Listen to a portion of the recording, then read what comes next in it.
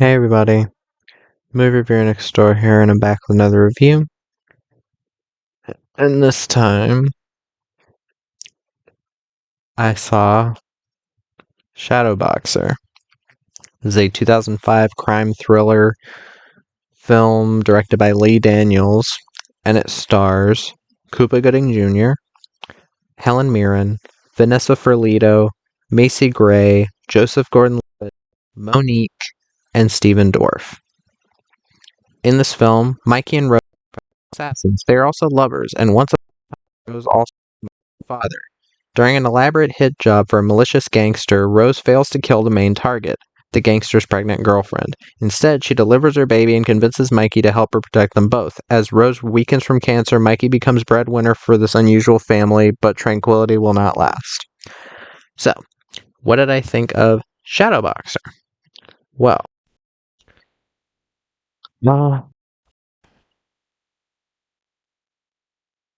I didn't like it. Surprise, surprise. The reason well, just this is one of those films where it feels like they're to quote unquote widen the genre by doing something new and edgy. It comes off very try-hard. It's very try-hardy. So not I will talk about stuff in this film. It's just like, why is this here? But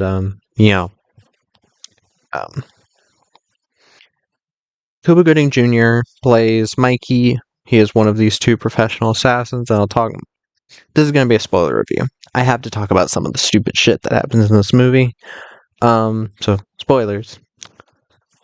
Spoilers, everybody. It's in the title, too. Spoilers.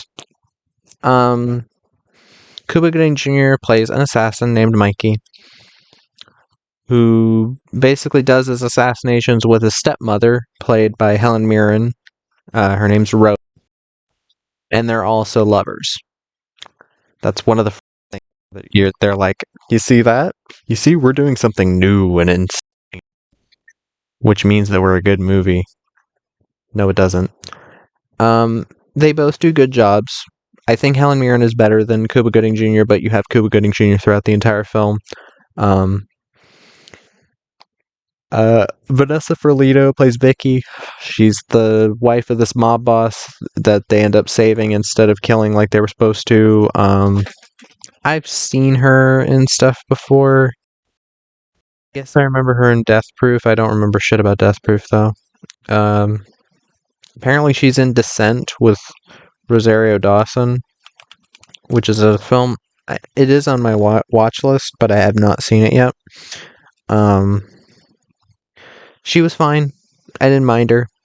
Macy Gray is the worst actor in this entire fucking movie. She plays Nisha. She's in 2 scenes. She's in a scene over the phone. Or technically 3 scenes. No, I guess 4. She's barely in the movie. She's in 1 scene on the phone, 1 scene where she's talking to the gang guy about where her Ferlito's character, Vicky. Macy Gray, along with her music, I fucking her voice. I think she doesn't act well either. She just seems like she's actually drunk. Like there's a scene where she's coming on to Cuba Gooding Jr. because killer, and she's just like, you want. That's how her voice sounds, and it's like fucking nailed. Joseph Gordon-Levitt plays Dr. Don. He's basically a doctor for these hit assassins. They call him up whenever they don't want to go into a fucking hospital. I don't know the intent. Maybe if somebody's seen this film, they can give me information. The baby. Oh well, never mind. I forgot about that. But he's there. I don't know why. The last two Joseph Gordon-Levitt things I've seen him in, he's been pretty bad. Like here, he just seems very emotionless. It's annoying. Um, uh, Monique plays Precious, which is interesting since she would later be in Lee Daniels' Precious as the, which interesting. I'm Monique here. She's the girlfriend of Dr. Dawn. She's also a nurse. She's barely in the movie. She doesn't really get much of a chance to do anything. And Stephen Dorff as Clayton Mayfield. He's the crime boss that they stole the wife from or protected the wife from, or girlfriend. Stephen Dorff is an actor I really like, but I think here he just doesn't have enough screen time to set up his character. And again, the biggest thing I would say about this film is it's very try-hard. It is trying so fucking hard to be this, like, ooh, we're against the grain, we're doing something interesting. And one of the biggest things that this film does that just disgusted me was the main relationship. Cuba Gooding Jr. and Helen Mirren's characters, Mikey and Rose, she is the stepmother to him, and they're lovers. And what makes this even worse is I think they were trying to that as to make this even worse. I think they were trying to play Cuba Gooding Jr. as mentally handicapped in a way, because he acts in the way that a lot of movies portray mental handicaps. So I think that makes it even worse. Rose has cancer, so he's scared, looking out for her and all that. And yeah, this is oh boy, this film. That does permeate throughout the film. There are multiple pretty raunchy sex scenes. You don't ever see Helen Mirren's like boobs or anything. You see a lot of Cuba Gooding Jr.'s ass in this, more than I ever needed to see in my entire lifetime. I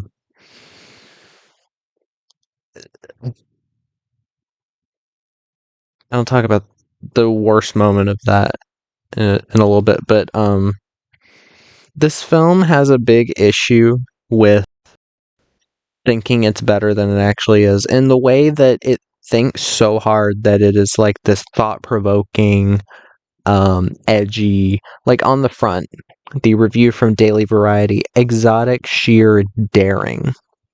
What part of this is daring?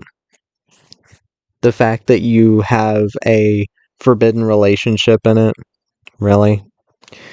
That'd be like calling every movie with a gay relationship as the main thing daring, which is probably what they call that new movie Love Lies Bleeding, where it's Kristen Stewart and some other chick. Like, nothing against that film, haven't seen it. Heard it's good, but I think it's A24, and everything A24 gets perfect reviews nowadays. So, how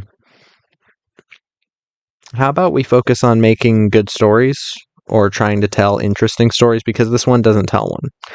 Other than the not pedophilia, other than the incest going on here, there's nothing much to the story that hasn't been done before. It's your usual hitman, do one last job, they fuck up the job because they can't kill the person because they feel bad for them, and they're on the run from the people who from the people who can kill them. So it's nothing new story wise. None of the characters are really anything new.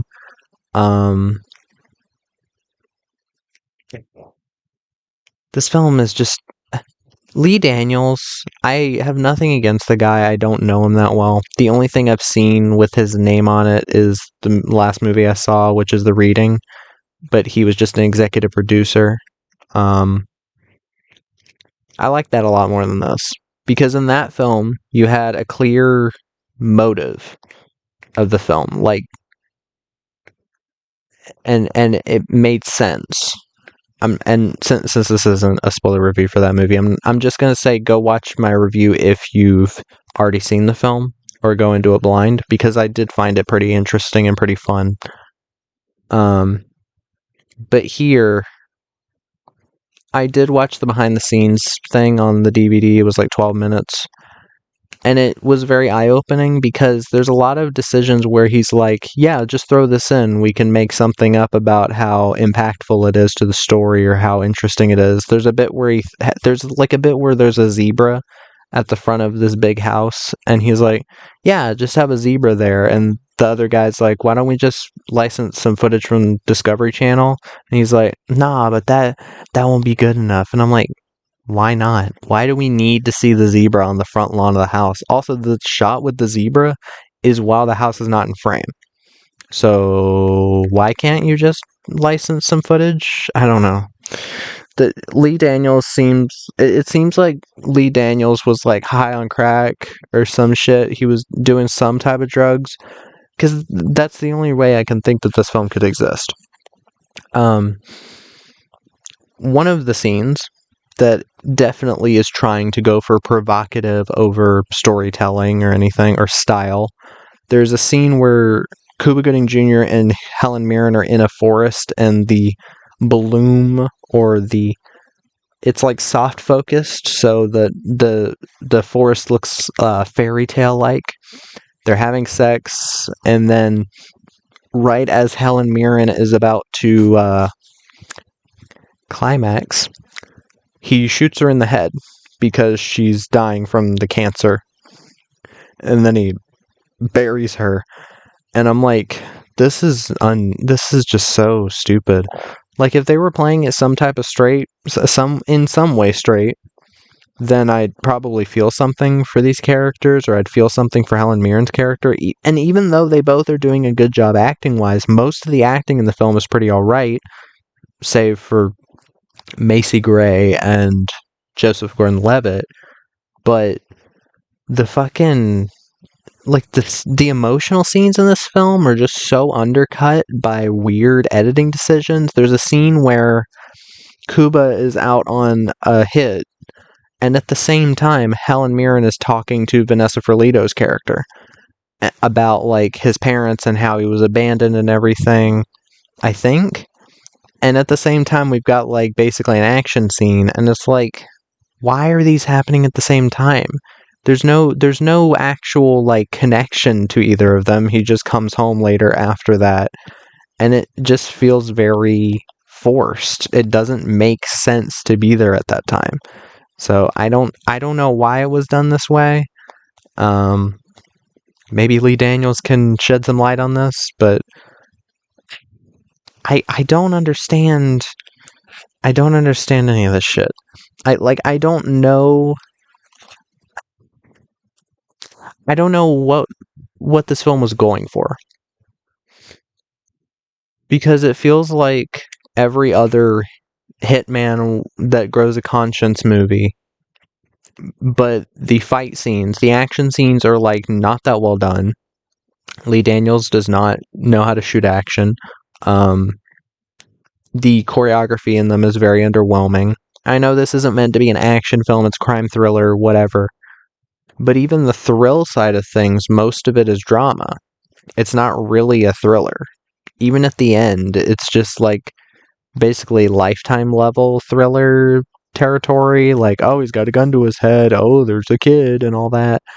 And it's like, it's really, if anything, this isn't provocative. It's just kind of been there, done that, but we added a couple things that can push people's buttons, like the stepson and stepmother being fuck buddies. Like, it's just really odd. I don't understand why this is a thing, and it's I just don't care for this. This is just not. I don't think this is a good movie at all. It had I can say some things that I liked about it. The cinematography, for the most part, is pretty good, save for the fight scenes. The again, the acting for the most part is pretty alright. And the score by Mario Grigorov was pretty good. It had a couple moments where it felt kind of fake, like the instruments kind of felt like MIDI instruments, like garage band instruments at times, but for the most part, it was pretty good. But yeah, other than that, this film is just kind of, there's not much to it. I don't really know what to say, because it seems like the only reason this was made, excuse me, I gotta stretch. It seems like the only reason this was made was just to push buttons or to be different. And even though I haven't seen Precious yet, it seems like that was made that way, made to do that as well. I mean, the book Precious is based off of Push, is seemingly that. It's all about, like, different stories of, I think, specifically young black women dealing with abuse. So, yeah. I can at least say, again, that the acting is decent for the most part. The film looks nice for being an indie film. It's not, like, bad looking. There's some nice colors. There's some nice visuals. Some nice editing. But other than that, it's a very bland, very, well, not just bland, really stupid movie that thinks it's like an art film, I guess. But I don't know. That was my review of ShadowBoxer. If you've seen the film, let me know what your thoughts are in the comments down below. If you have any recommendations, put those down there as well. And movie reviewer next door, out.